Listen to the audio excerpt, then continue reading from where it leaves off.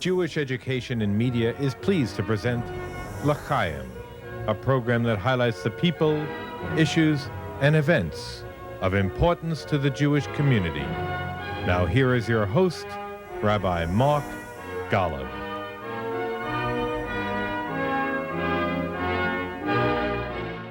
I'm Mark Golub, and there are many creative, dedicated men and women working tirelessly, often out of public view, to enhance the quality of life for others.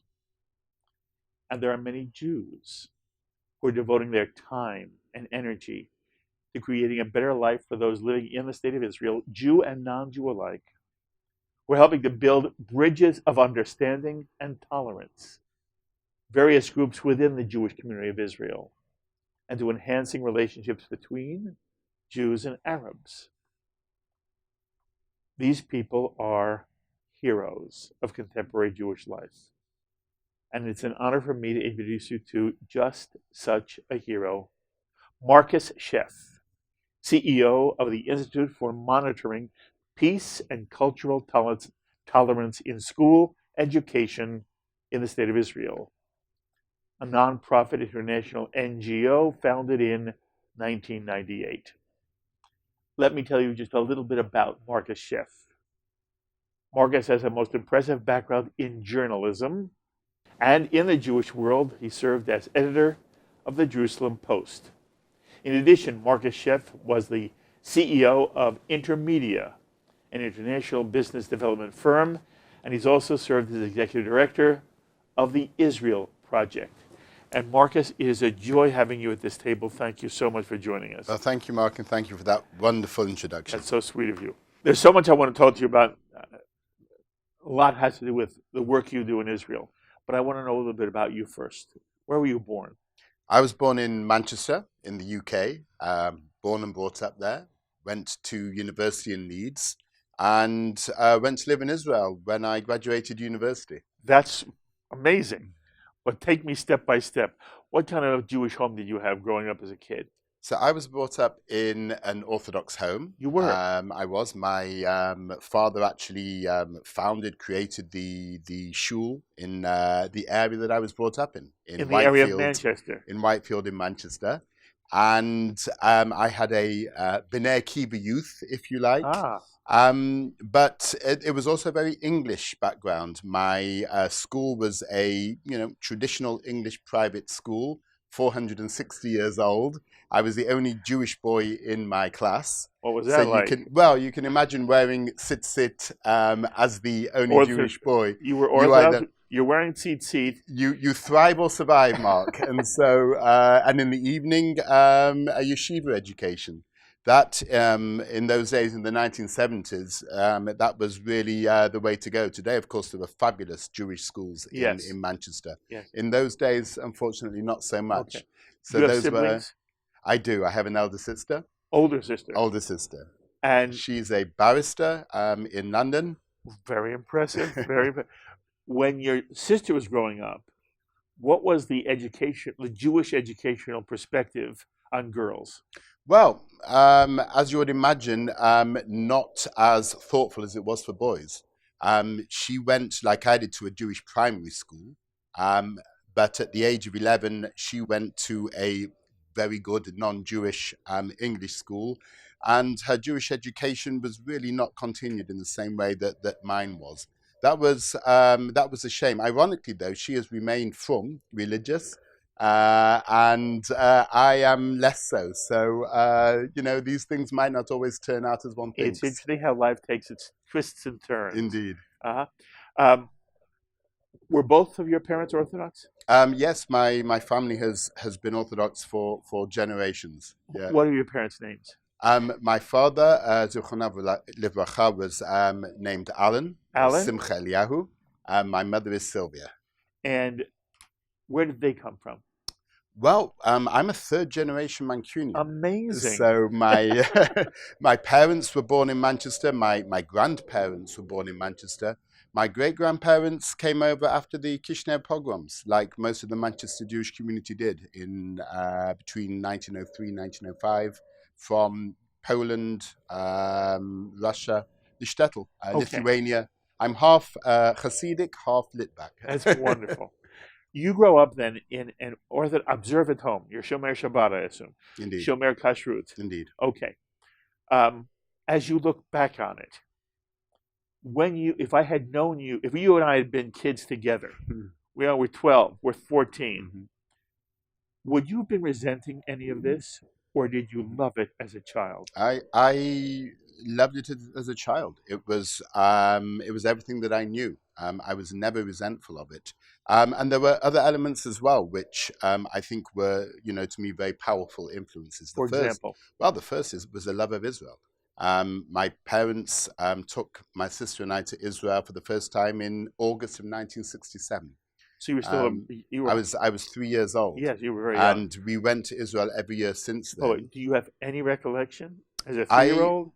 Do you know, I have a recollection of standing next to my father at the kotel with him wearing tefillin. I don't know to this day if that is a real recollection or a photograph, which I have. It could be one or the other. Doesn't matter. It doesn't matter. But the other thing was, of course, for me, the Soviet Jewry campaign. My mother was a leader of that campaign. That was really her life, to fight for the refuseniks, to allow them to emigrate from behind the Iron Curtain. And so to me, that was suffused in my home, that fight to get the Jews out of the Soviet Union. First of all, I want you to know, when you told me the story about standing with your father, I got chills. And again, it doesn't matter whether it's a memory, it comes from a photograph or from real life. It's a memory that's engraved in you. Indeed, it is. And then to hear that your mother was active in the move to save Soviet Jewry, you were lucky. You grow up in a home where Yiddishkeit, tradition, mitzvah is embraced in a way that you as a child enjoy it, love it. And you have a model of a mother who's a Jewish activist. Indeed. Do I have it correct? Absolutely. Absolutely. The values of my home were exactly as you describe. And, the idea of being able to live as a free Jew in Israel, or frankly, outside of Israel, but to be able to live that full Jewish life in the way that you want was a key element of my childhood. Do you know the name Benjamin Anthony? I don't. Okay. Benjamin Anthony is a British Jew who ultimately made Aliyah as well. He is now the head of something called Our Soldiers Speak, a group that tries to counter BDS on college campuses anywhere. And he sat in that chair. He talked to me about anti-Semitism, having to deal with anti-Semitism as a child in England. Did you have to deal with anti-Semitism? Absolutely. It was a feature of our lives. I wore a kippah as a young person. Growing up in Manchester, wearing a kippah wasn't always easy. One had to be very aware, very careful of one's environment. The anti-Semitism was prevalent. It was part of British culture, and sometimes people who made anti-Semitic statements weren't even aware that they were the case. As I said, you're the only Jewish boy in my class. When I first went into that school, I would hear the expression, "You Jewed me out of this." Mm-hmm. And the boys who were making those comments weren't necessarily aware that this was a problem until I explained to them that it was, and then it stopped. There is that anti-Semitism, that cultural anti-Semitism, where the awareness of it is not necessarily the case. Okay, by the way, you'll tell me if I'm off the mark. To the extent to which it is endemic, but unconscious, while it's still upsetting, it's different than if some kids in your class consciously came after you because you're a Jew. Mm-hmm. Is that fair of me to say? That's absolutely fair. Okay. And yes. And did any kids ever come after you because you were a Jew? I must say that that wasn't my experience. Okay. I was lucky insofar as that never happened to me. that does not mean to say that that wasn't everyone's experience. Clearly, there were other boys who had different experiences. On the streets of Manchester, however, in the late 1970s, the fascists, an organization called the National Front, were a powerful organization, and they would go after Jewish boys, and there would be violence. This was a feature of the late 1970s in Britain. Okay, but fortunately, it never touched you. I am fortunate in that it never touched me. That's wonderful. And this is a moment of digression off your story. As you now look, you're an adult, you have a whole range of experiences that you bring now to your own judgments. What do you say to yourself when you look at the rise of anti-Semitism in parts of Western Europe? Virulent, not far worse than they were when you were a child. In France particularly, but it's also in England as well, Great Britain as well. What do you say to yourself? What can you tell us, your perspective? I say to myself that we were wrong when we thought that European anti-Semitism was on the wane, that after the Shoah, after the Holocaust, Europe would take a different tack. I think there was a pause, but there was by no means a change. And what we are seeing now is a resurgence of classic European anti-Semitism, but in a different guise. That is, of course, anti-Semitism in a nutshell. It morphs, it changes according to the times. 1,000 years ago, there was religious anti-Semitism. At the time of Hitler, it was racial anti-Semitism. Now what we're seeing is anti-Semitism based on the state of Israel. Now, it is not about Israel. It's not about Zionism. It is about anti-Semitism. But the guise it takes now is that anti-Zionist guise. It is wonderful to hear that analysis. You know, not every Jew understands that much of the anti-Israel rhetoric is a subtle, veiled form of anti-Semitism. Yes? And not even subtle. One can read statements from those on the British far left who have infiltrated the British Labour Party, supporters of Jeremy Corbyn, who tell themselves they're not anti-Semitic, and yet they are using tropes, using ideas which are lifted straight out of classic anti-Semitism. Jews control the media. Jews control finance. Jews control. It doesn't matter what they control. To say to them that is an anti-Semitic statement, you will get from them a gesture of, defense. Even they are offended by that. This is terribly serious. But of course, it goes beyond the statements of the British far left. It goes towards violence. It goes towards murder. For French Jews, frankly, their existence in France at the moment is a rather, how can I put it, temporary one. And by the way, at one point, I never would have dreamt that would be true. Indeed. Absolutely. It's not like I ever thought anti-Semitism was dead, but I did think in Western Europe, the experience of the Holocaust was a message that would be learned forever, and there would be a sea change of attitude. I was wrong, and this is exactly the point. We believed that the Holocaust had put an end. It was a temporary pause, no more than that. This new guise, frankly, isn't fooling anybody. To attack Jews and then say it's about Israel, it's about Zionism, is beyond transparent. It's ugly, it's terrible, but it is not on the wane. On the contrary. Then what should Jews do? I'm talking about Jews living in Western Europe, also Jews living in America who are watching, or Jews in Israel watching. Have you ever given that thought? What the response should be? I have many times, and I have friends and family in the UK, friends across Europe.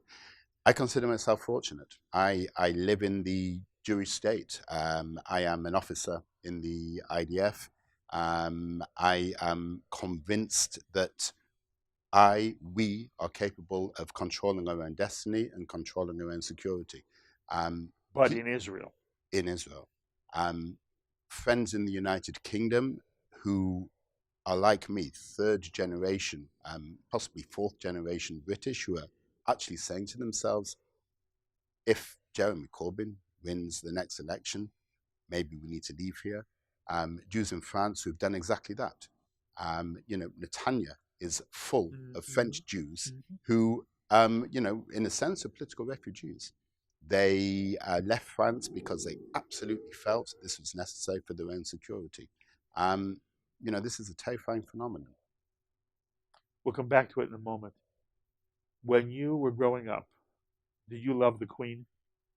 One of the things that fascinates me is how does here you are, an observant young Jew, growing up in a home where your father helps create the first synagogue in your area of Manchester. And I wonder to myself, to what extent does the British Jew deal with the same kind of issues of where am I, what civilization am I in, what is my country mean to me as opposed to what does my Jewish identity mean to me? It's a fascinating question. Okay, so I'm asking you, did you love Great Britain as a kid? Yes, absolutely. I made Aliyah. I went to live in Israel, out of choice. Britain is a wonderful country in many, many ways. I was lucky enough to see my mother receive a medal from the Queen, and I felt literally, and I felt absolutely proud of that. The one an admission, I'm crazy about soccer, about football. It is the English football team which I feel passionate about, not the Israeli one, although there's a reason for that. The Israeli football team is terrible. So, I think people hold, can hold more than one idea, of course, in their heads at the same time. And identity is multifaceted. One's identity can span different places, different ideas. And so, to be a British Jew includes being British, being Jewish, a love of Israel, all of these things at the same time. Lovely. Okay. At what point do you consider making Aliyah, and why? Why do you ultimately make Aliyah, Marcus? I never knew a time when I didn't want to live in Israel. Even as a child? Even as a child. As you remember? As I remember. There was never a point in time when I... So you knew this was going to happen? Absolutely. In your soul, you knew it? Absolutely. It was, there was never another option in my own mind. But still, I want you to identify, what in your life in some way touched your soul in that way? How did it happen to you? Israel just always felt like home. Even as a child, later on, I can rationalize it with ideas of, being part of this third Jewish Commonwealth, this national liberation movement of my own people, which I wanted to be a part of. But actually, and ultimately, it was an emotional rather than an intellectual or rational idea. It just always felt where I wanted to be. How old were you when you made Aliyah? 23. And your mother and father were still in Britain? My father had passed away just before that, but my mother was then, still in. So were you the only member of your immediate family? Yes. Did you have any family in Israel when you went? No. Very gutsy. It didn't feel gutsy. It just felt utterly natural. Israel, by the time I was 23, it was a place I was very familiar with. And when did you first serve in the IDF? 3 months after I made Aliyah. So, what was that like for you? It was an interesting experience. My Hebrew was limited. Yes. And, I had graduated university in the UK. So to go from that to, being drafted into a combat unit. You were a hair older than some of the Israelis.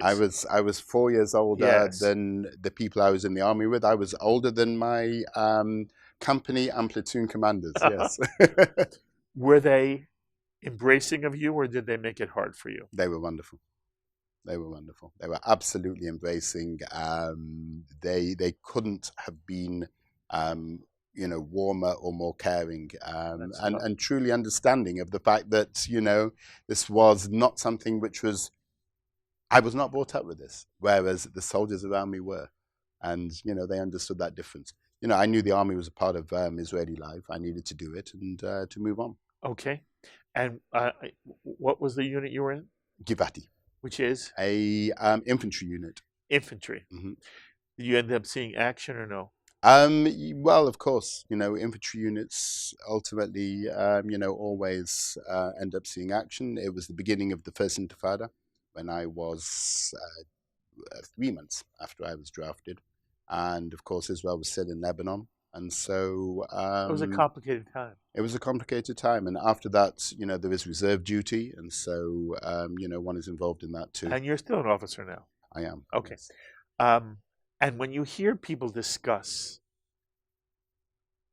the behavior of the IDF, the behavior of the Israeli army, and there's an attempt to make it sound, I mean, there are people on college campuses saying Israeli soldiers shoot Palestinian children for sport. Mm. First of all, you lived the ethic, and I'm not saying everything is perfect in any army. Mm-hmm. But if you were asked, Marcus, what's the ethic that you experienced? Mm-hmm. I want to know what you read, what you thought. Mm-hmm. You experienced it firsthand. Most American Jews never get close to it. So take us into that world. What's the ethic you lived as a member of the IDF? This concept, this idea that, unruly individuals, go about committing terrible acts of their own volition is absolute nonsense. Israel's also the IDF is also a citizens' army.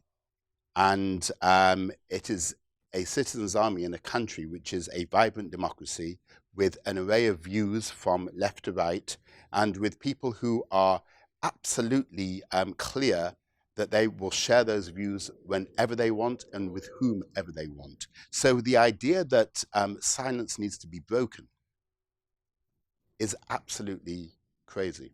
Everybody who knows the IDF, who served the IDF, understands implicitly that there is no such thing as one needing to keep silent about certain actions. It is the opposite of silent. Officers are questioned. Senior officers are questioned by soldiers who have only been in the army a few months. This is not an army that holds silence and keeps secrets. But I think most importantly, there is an ethos not just of professionalism, but of a moral code in the IDF, and I think this is really important. In all courses in the IDF, rules of engagement are made absolutely clear time and time again, and the reason for those rules of engagement are made absolutely clear time and time again. People's politics are left at home. Soldiers act in a disciplined way because that's what soldiers and armies do. Nothing's perfect. But the idea that silence needs to be broken, the idea that, that unruly soldiers acting in an unruly way is just not based on reality. I mentioned in the open that you also have journalism experience. You were with The Nation? I was with The Nation, an Israeli newspaper called Nation rather than the American Nation. Okay.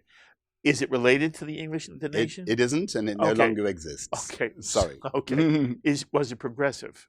It was mainstream. What does that mean? That means that within Israeli politics, today newspapers in Israel are a lot more partisan. That was not necessarily the case then, which was the early 90s. And so I think it's fair to say it was absolutely mainstream. Now it's very easy to identify the politics in Israeli newspapers, then slightly less so. How did you end up in journalism? It just seemed like an interesting thing to do at the time. I'd come out of the army, and there was actually an advert for a sports reporter for this newspaper called The Nation. I love sport. I covered actually a rugby game, of all things, which is a game that I used to play. The editor liked the piece and said, come on board. And so I went straight from rugby to party politics in about one article. Party politics? How was that? Fascinating. I ended up covering an election and Which one? which was the famous Shamir Peres election. Wow. And this was before the assassination of Rabin, and so one could get very close to politicians in those days. So we were, literally traveling with the politicians from event to event without any security whatsoever, asking questions whenever we wanted to, just putting microphones in front of their faces. It was a fascinating introduction to Israel and Israeli politics as my first job. It sounds like so much fun. It really I'm was. envious. That's wonderful. It really was great fun. Okay. Then you end up at the Jerusalem Post. Then I ended up at the Jerusalem Post. Doing what? As an editor there, covering Tel Aviv, and again, politics within Tel Aviv, and doing quite a bit of editing. Okay. It is appropriate for me to ask you, as this discussion moves on, I want you to self-define yourself. Where are you on the political spectrum of Israel? You lean left, you lean right, you center left, you center right. Where are you? It's a really good question. The obvious answer would be center left. However, there was a question about what center left means at this moment in time. Yes. Is it economic? Is it diplomatic? Marcus, this is fascinating. I want you to explain to our audience. Mm-hmm. You're fabulous. I want you to explain for you when you say you're center left, Mm-hmm. but that's not a simple answer to you. Indeed. That's a complex answer. Indeed. Okay. It is. Explain the areas in which it's complex and why, in some way, it's inappropriate even for you to call yourself that, because there's a range of who you are. Indeed. And in different areas, you lean one way or the other. So take a moment, all right? Define yourself for our audience. Well, in Israel, left and right was always simple. It was about the peace process. It was about the Palestinians. Secondarily, it might or might not have been about economics. So to take, the economic side of things, one could argue that left and right doesn't make any sense in Israel at the moment in the first place. The Israeli Labour Party is not a socialist party. It is a capitalist party in the same way that the Likud, Yesh Atid, any other Israeli party is. Socialism in Israel no longer exists in the sense that it did, clearly during the times of Mapai. In terms of the diplomatic process, centre-left ought to mean that, one is involved in seeking that peace process with the Palestinians. There is, unfortunately and sadly, a large gap between wanting that process to happen and the actual reality of whether that is possible or not. What do I mean by that? I can say for myself, certainly, I do not believe that the leader of the Palestinian Authority, the Palestinian president, Mahmoud Abbas, truly wants that peace with Israel. And, his comments of a few days ago, his anti-Semitic comments, were a window into his mind. By the way, in case, as we're taping, you're referring to remarks made by Mahmoud Abbas to a major Palestinian organizational gathering, a formal Indeed. gathering in Ramallah, where he basically said the Jews brought the Holocaust on themselves because of their attitudes and their having to do with money and having to do with, and it was mind-boggling. It was mind-boggling. And there was a reaction in all Western countries, Indeed. France, Great Britain, and the United States. The United States tried to get the United Nations Security Council to condemn Abbas's remarks. Indeed. They would not. Indeed. And people have said he's tried to walk it back. It's too late. It's not. And I'm not even sure he tried to walk it back. He didn't apologize for the comments he made. He apologized if anyone was offended by the comment. I think, frankly, everyone was offended by the comments he made. So your point is, you're concerned that the president of the PA right now is somebody who honestly doesn't want peace, doesn't want a two-state solution, doesn't want a Jewish state to exist anywhere in what we call Eretz Yisrael. In a nutshell, exactly right. So, while I consider myself on the center left, and while I have been on the center left in Israel, since I went to live in Israel 30 years ago, times frankly have changed. And if I am being honest with myself, and I represent thousands and thousands of Israelis with that same position, on one hand, we do believe that a accommodation with the Palestinians is necessary. On the other hand, we look at the Palestinians and we look at the Palestinian leadership and we ask ourselves whether they truly want the same thing. Why did Mahmoud Abbas turn down the best offer that was possible? The offer made by Ehud Olmert in 2008, which gave them absolutely everything they could have wanted, including the internationalization of Jerusalem, which would have been very, very hard to push on the Israeli. It didn't give them right of return. It didn't give them right of return. So it wasn't everything they wanted. And as long as they want a right of return, one has to question what their real motive is. And you've hit the nail on the head. And the American administration at the time came to exactly that conclusion. Because what does right of return mean to Mahmoud Abbas? It doesn't mean a symbolic, 5,000 Palestinians.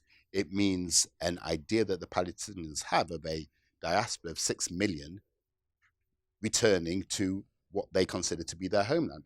So what does that mean? There's going to be two states, Palestine and Israel and Palestine. That is not what the two-state solution, as Olmert suggested, meant. So as long as that vision remains, actually expand that. And truly, what does that look like? It looks like one state. It's Palestine from the river to the sea. Israel ceases to exist. The Israeli people, who were idealistic to the nth degree, say now, very similar to what you've said, we just don't believe it's real. Exactly. And my sense is that the Israeli people, were they ever to believe there was a change in leadership in the Palestinian world that really wanted to make peace with the Jewish state of Israel, and were willing to say it's a Jewish state, two-state solution, Arab state, Palestinian state, and a Jewish state. And we'll live side by side with that Jewish state like Canada lives with America.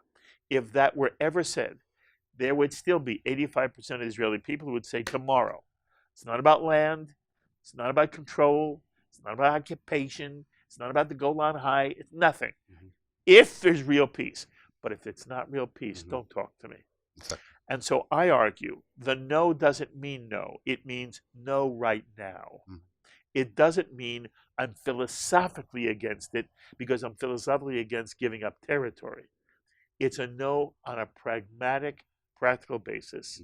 And that if the practical ever changed, the Israeli people are as committed today as they ever were. I want to know from you the extent to which you feel I articulated appropriately and correctly, or where I'm off. It's a perfect analysis. That absolutely sums up the zeitgeist of the majority of Israel. And poll after poll shows that a majority ranging from 60-something to up to 80-something would be willing to give land for peace. But, and it's the big but, as you say, Israelis have to believe that it is for real. The collapse of the Oslo process was a major traumatic experience for Israelis, as you say. The beginning of the Second Intifada, shopping malls exploding in the places that we live, people dying in the streets. This was extraordinarily traumatic for Israelis who had been on a, how can I put it, a high during the Oslo process. And of course, the disengagement, as you say. 2005, taking out physically, and I was part of this with the IDF, 9,000 Israeli Jews from Gaza, disinterring the graves, only to see Hamas take over. And instead of building a proto-state, a mini Palestinian state, and an economic paradise that James Wolfenson wanted, and Israel willing to put $1 billion shekel into this, we got rockets instead. We got mortars. We got more deaths. We got more attacks. So that was trauma number 2. The rejectionism of Abbas after that, was just part of that process. So what it will take now for Israelis to truly believe that the Palestinians understand what this peace that we are talking about looks like, I think is the big question. And the textbooks are a key part of that. And that's some of the work you're doing. Indeed. Explain to our audience the textbook work you do and what you've learned as you go through these textbooks. Well, IMPACT-SE was founded 20 years ago to look at textbooks because textbooks are unique. Textbooks are a window, aren't they? They are a window. Textbooks are the blueprint, as far as young people are concerned, for those ideas of national identity, of values, which they will carry through with them for the rest of their lives. As a Catholic priest, Father Xavier said, "Give me a child at 6 and they are mine for life." It is never more true than textbooks. They are physical. They are real. In the Middle East, they have the seal of the state on them. So young people are very, very clear about how powerful these are and that they carry, if you like, the truth with the capital T in them. They can do two things. They can radicalize. And, you know, the first thing that ISIS did as they rolled into Mosul was change all the textbooks. But they can also be a wonderful barrier to radicalization if they are written properly. Today, young people can get terrible radical ideas from social media. But if a textbook says, do not act out your violence, if it says respect the other, then that can absolutely stop them from acting out violently. So looking at textbooks across the Middle East, we've learned an enormous amount about how states feel about those issues which we think are important, peace and tolerance. Specifically, as far as the Palestinians are concerned, what we've learned is very disturbing. And before I get there, let me say that there are positive changes in textbooks in the Middle East. The Tunisian textbooks are not bad at all in relation to standards of peace and tolerance. The Moroccans are changing their textbooks to make them more moderate. Of course, they had 1,500 kids going over to ISIS, so they understood they have a problem with their young people. It's important that you give us an example. Give this audience an example. What does it mean that a textbook in an Arab Muslim country became more moderate? So what we're looking for are standards related to international declarations. Respect for the other, respect for the individual other, peacemaking as the way to resolve conflict. There should be no hate, gender equality, economic prosperity. These are the key things that we are looking for. And, you know, people who write textbooks in the Middle East, they make choices. They can take a surah, which can be used to radicalize young people, or they can take a surah which is from the Quran. It is a piece of the Quran which talks about peace and charity and respect for the other. Which you emphasize has a formative effect. An extraordinarily powerful formative effect. Textbooks beyond any other form of media which young people receive does have that effect. And so there's a realization across the Middle East how important textbooks are and how they can act as a barrier. Who controls them? In the Middle East, it's the governments. Forget everything you know about American school boards. It is not like that in our part of the world. Okay. So in Morocco, it was King Mohammed VI himself who made the decision to send out delegations to set up commissions to change textbooks in the various regions in Morocco. Change them how, though? Well, to make them more moderate, to take out those elements which can extremist ideas. Okay. Would any of the changes deal specifically with the state of Israel and Jews? We don't know yet in Morocco. Okay. You're talking about a general ethic of the textbook, yes, not necessarily a specific target. So let me give you a specific, before we get to the Palestinians, let me give you a specific target. Egypt. There is a year ago, there was a new textbook, a history geography textbook, which for the first time talks about a warm peace with Israel. Not just that there was peace with Israel, but a warm peace. There was a picture of Begin, Sadat, and Carter on the White House lawn, shaking hands, and it tells young Egyptians why this is good for them and this is good for Egypt. That's wonderful. So these are positive changes which we are seeing. There are also incredibly negative changes. The Iranian textbooks are appalling. In what way? They are worse since Rouhani took over than they were before. The supreme leader has divine powers. The amount of hatred towards foreigners is greater than ever. The idea of Shia hegemony in the region is very clear there. In textbooks. In textbooks in Iran. But let me get to the Palestinian textbooks, because that's, really to us the single most important issue at the moment. The Palestinians started writing their own textbooks because of Oslo. What Oslo, of course, gave Palestinians control over their own civil society, and that was a Ministry of Education and the schools that went with them. So by 2000, they had created their own curriculum, and it was curriculum based to a great extent on the Jordanian curriculum, but with the Palestinian national identity. And there had been changes over the years. It was in the summer of 2017 when we saw the completion of a complete reform of the Palestinian curriculum.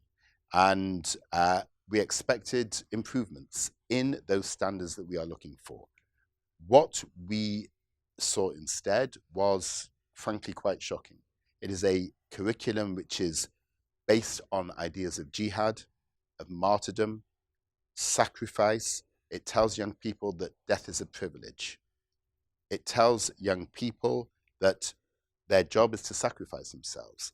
It tells them that they will get 72 virgins in heaven if they are martyrs. And it tells young girls that if they want to be equal to the boys, they also have to martyr themselves. It runs through subjects. So math is taught by adding up martyrs from the First Intifada and Second Intifada. Physics is taught by the use of a slingshot. Newton's second law is taught by the use of a slingshot. When you get into language, to literature, to Islamic studies, it gets more and more and more radical. But the overarching idea is a strategy that the PA have constructed to keep 1.2 million young Palestinians ready to act out violence whenever they want them to. And the vision is a one-state vision, as we were saying before. One Palestine from the river to the sea, which will be gained through eternal war, through violence, and through martyrdom. The Israeli other doesn't exist except as a demonic entity. The idea of peace with Israel doesn't exist at all. And the most shocking thing is that the Palestinian Ministry of Education is funded by governments in Europe and to a certain extent from the United States as well. What do you mean the United States? Well, the United States, through its payments to UNRWA, who have a large chunk of schools in Gaza and some schools in the West Bank. Okay, it's indirect money from America. It's indirect. Please. No government is paying directly for the curriculum, and yet there is a real acceptance now that this is a legal fiction. Okay. That if you are financing the schools and the schools are teaching a curriculum, you are frankly complicit in financing the teaching of that curriculum. Okay. So I asked you to self-define, and you said just to me, I'm center-left. I grew up a typical liberal Jewish kid. My family, votes Democrat. It would inconceivable that they wouldn't vote Democrat. All of my political heroes are the great heroes that come out of the Democratic Party. I mean, I'm baby boomer, so but John Kennedy is the first president who has a powerful impact on me, changes my life. I am devastated when he is assassinated. And then there were a series of other fabulous idealistic people out coming out of the Democratic Party. And then I lived through Watergate. I lived through the freeing of Soviet Jewry. But I also lived through the civil rights movement. And I remember the scenes of the hoses and the German shepherds and the Southern police with their billy clubs. And then I see peaceful marches led by Dr. King across a bridge, sitting down and being then carted away. And the only time I've ever been arrested is when I'm in a peaceful protest rally in front of the Soviet mission with Avi Weiss, and all of us get picked up and we're put in a van and taken to the police station. And that becomes my image.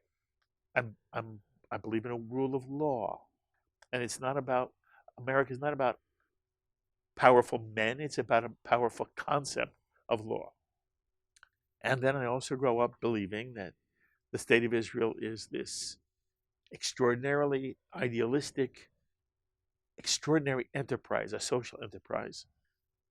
And if it's at all possible, we must make peace with the Palestinian. And I see how from 1938 on, the first time partition is suggested by the British in pre-state Palestine. And we already thought we were going to have both sides of the Jordan, and on the other side of the Jordan, it's given away to Transjordan by Winston Churchill. We're now left from the Jordan River to the Mediterranean Sea.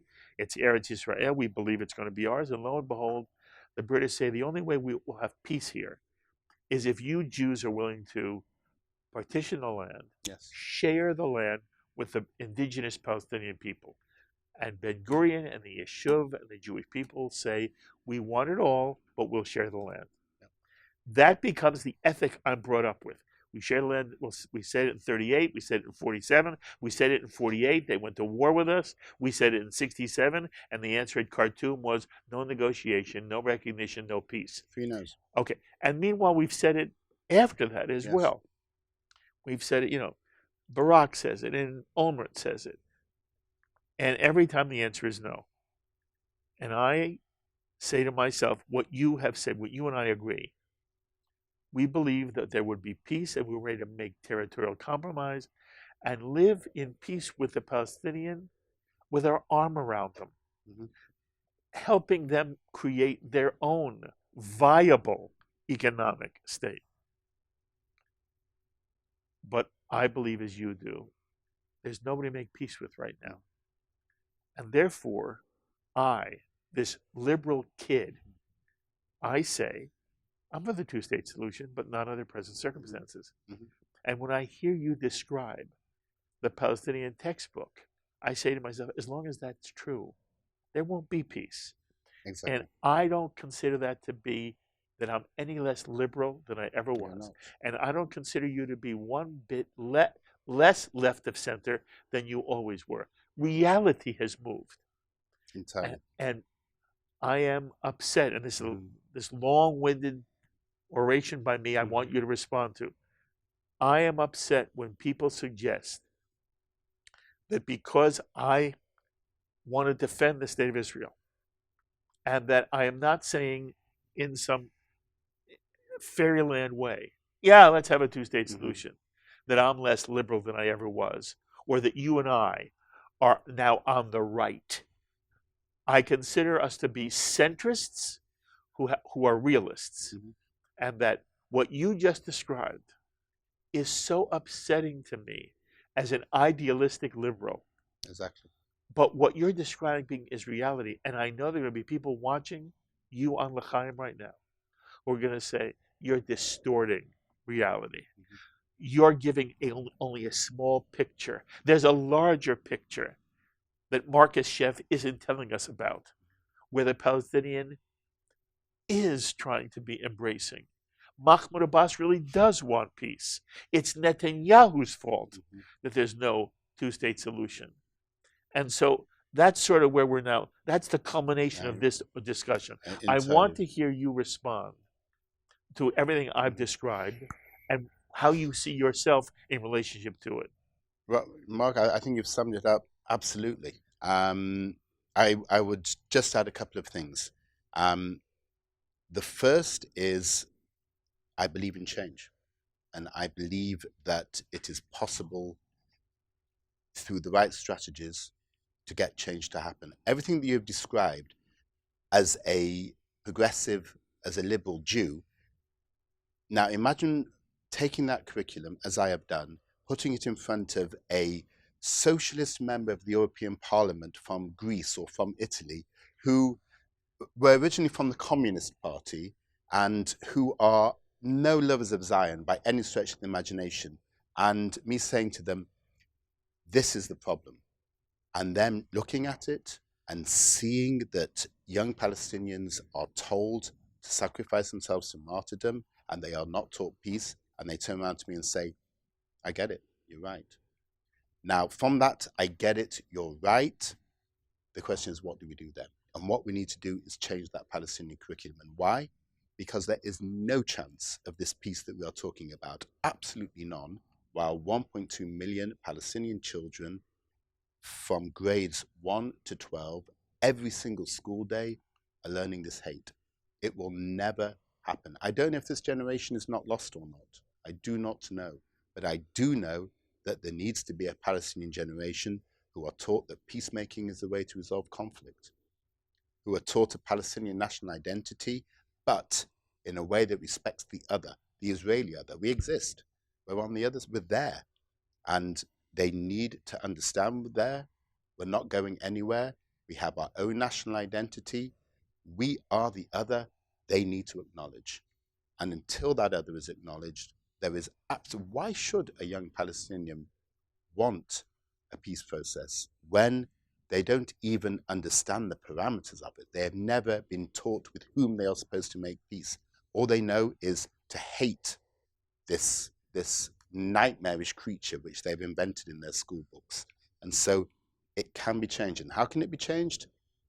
Follow the money. It's as simple as that. You know, the Palestinian Authority receives hundreds of millions of dollars, euros, to support its civil society. Education and health are the two biggest parts of that. Education, then, hundreds of millions of dollars, if you like, are being spent by well-meaning governments across Europe, the United States as well, in order to sustain the PA. But what they're getting in return is not their values. You know, the Europeans, in paying for this Palestinian curriculum, are not getting European values. It's not what's being taught in schoolrooms in France or in Britain or in Germany or in Ireland. What they're getting instead is hate, martyrdom, and jihad. So they understand that their taxpayers don't want to pay for this anymore. And more than that, they understand that if they want to be on the side of good, it has to be changed. So there is a possibility to make this happen. Frankly, we have to put the feet to the fire of the Palestinian Minister of Education, Sabri Saidam. He has made this his political activity to a greater extent than anything else. He's a young up-and-comer. He wants to do very well in Fatah. I'm sure he's going to go a long, long way, but not with this curriculum.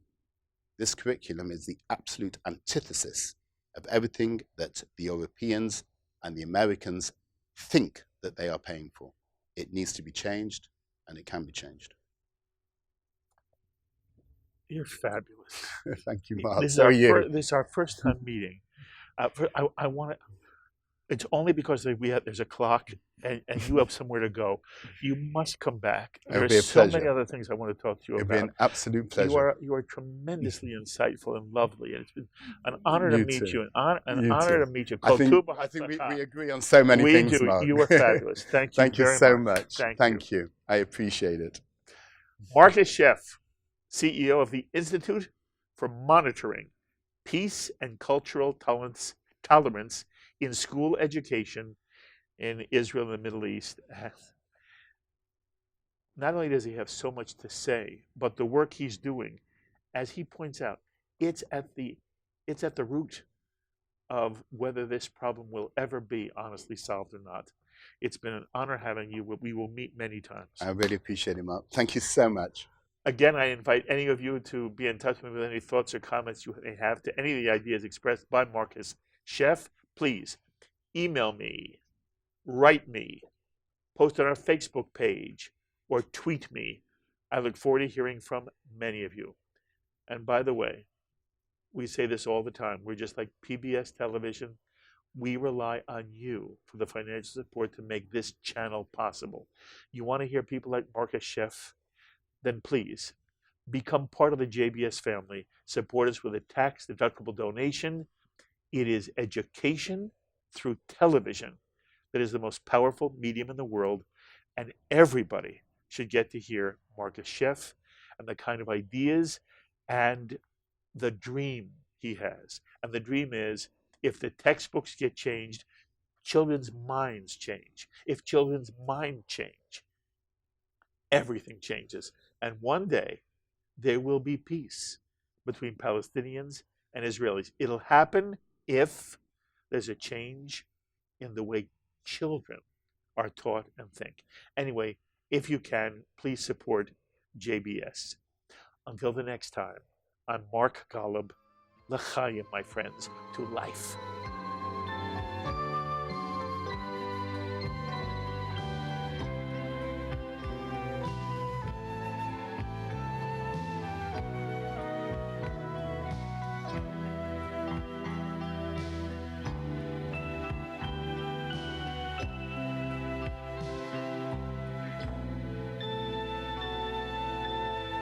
L'chaim is a presentation of Jewish education in media.